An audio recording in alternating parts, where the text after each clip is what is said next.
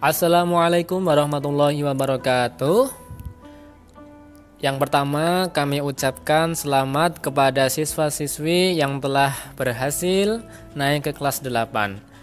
Ya, hari ini kita akan belajar PPKN untuk bab pertama, yaitu memahami kedudukan dan fungsi Pancasila. Nah, untuk materi Pancasila tentunya kalian kelas 7 sudah pernah mempelajari mengenai proses perumusan dan pengesahan Pancasila sebagai dasar negara. Nah, saat ini kelas 8 ternyata ada materi tentang Pancasila lagi. Kalau kali ini kita akan membahas bagaimana kedudukan dan fungsi Pancasila. Nah, untuk itu perlu kalian ketahui dulu kompetensi dasar yang akan kita pelajari pada hari ini. Ada 2. Menelaah Pancasila sebagai dasar negara dan pandangan hidup bangsa, dan yang kedua menyaji hasil telaah nilai-nilai Pancasila sebagai dasar negara dan pandangan hidup bangsa dalam kehidupan sehari-hari. Untuk indikator pencapaian kompetensi bisa kalian baca sendiri. Untuk hari ini kita akan fokus untuk pencapaian tujuan mendeskripsikan kedudukan dan fungsi Pancasila sebagai dasar negara dan pandangan hidup bangsa. Baik, kita langsung ke materi saja. Pancasila ada fungsi dan kedudukannya bagi bangsa Indonesia. Kalau kalian lihat animasinya, kira-kira ada 8 fungsi dan kedudukan Pancasila bagi bangsa Indonesia. Yang pertama, Pancasila itu sebagai dasar negara. Pancasila sebagai dasar negara berfungsi sebagai dasar untuk mengatur penyelenggaraan ketatanegaraan negara yang meliputi bidang ideologi, politik, ekonomi, sosial budaya, dan pertahanan keamanan. Artinya, untuk pedoman mengatur berbagai macam bidang tadi digunakanlah Pancasila, sehingga tidak boleh mengatur pertahanan dan keamanan di Indonesia itu bertentangan dengan nilai-nilai Pancasila. Mengatur perekonomian itu juga dasarnya adalah Pancasila. Artinya Pancasila di sini berfungsi sebagai dasar negara, dasar untuk mengatur penyelenggaraan ketatanegaraan negara.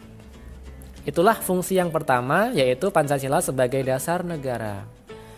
Nah, kedudukan dan fungsi Pancasila yang kedua adalah sebagai jiwa bangsa Indonesia. Pancasila sebagai jiwa bangsa berfungsi agar Indonesia tetap hidup dalam jiwa Pancasila. Setiap bangsa dan negara tentu memiliki jiwa. Dalam hal ini, Pancasila menjadi jiwa bangsa Indonesia. Pancasila sendiri telah ada sejak bangsa Indonesia lahir, yaitu sejak proklamasi kemerdekaan tanggal 17 Agustus 1945. Baik, lanjut. Kedudukan dan fungsi Pancasila yang ketiga maksudnya adalah Pancasila sebagai kepribadian bangsa Indonesia. Pancasila sebagai pribadi bangsa Indonesia memiliki fungsi, yaitu sebagai hal yang memberikan corak khas bangsa Indonesia dan menjadi pembeda yang membedakan bangsa kita dengan bangsa yang lain. Artinya, setiap negara pasti punya ciri khas masing-masing. Nah, Pancasila sebagai pribadi bangsa itu merupakan ciri khas bangsa Indonesia kita ini. Selanjutnya, kedudukan dan fungsi Pancasila yang berikutnya adalah Pancasila sebagai sumber dari segala sumber hukum. Pancasila sebagai sumber hukum berfungsi sebagai sumber hukum yang mengatur segala hukum yang berlaku di Indonesia. Semua hukum harus tunduk dan bersumber dari Pancasila. Setiap hukum tidak boleh bertentangan dengan nilai-nilai Pancasila. Setiap sila Pancasila merupakan nilai dasar Sedangkan hukum adalah nilai instrumental atau penjabaran dari nilai dasar. Artinya kalau ada undang-undang, ada peraturan menteri, peraturan presiden, peraturan pemerintah kabupaten atau provinsi, itu harus bersumber dan tidak boleh bertentangan dengan nilai-nilai yang ada dalam Pancasila. Itulah maksudnya Pancasila sebagai sumber dari segala sumber hukum. Berikutnya, kedudukan dan fungsi Pancasila adalah sebagai perjanjian luhur. Pancasila sebagai perjanjian luhur telah berfungsi dan disepakati melalui Sidang Panitia Persiapan Kemerdekaan Indonesia atau PPKI tanggal 18 Agustus 1945. Walaupun disahkannya Pancasila hanya oleh sebuah Panitia Persiapan Kemerdekaan Indonesia, tetapi PPKI sebenarnya adalah suatu badan yang mewakili suara rakyat. Jadi, Pancasila merupakan hasil perjanjian bersama rakyat. Selanjutnya, kedudukan dan fungsi Pancasila sebagai cita-cita dan tujuan bangsa Indonesia. Pancasila sebagai cita-cita bangsa memiliki fungsi, yaitu untuk menciptakan masyarakat yang adil dan makmur. Itulah merupakan cita-cita dan tujuan bangsa Indonesia. Selanjutnya, kedudukan dan fungsi Pancasila sebagai satu-satunya asas dalam kehidupan berbangsa dan bernegara.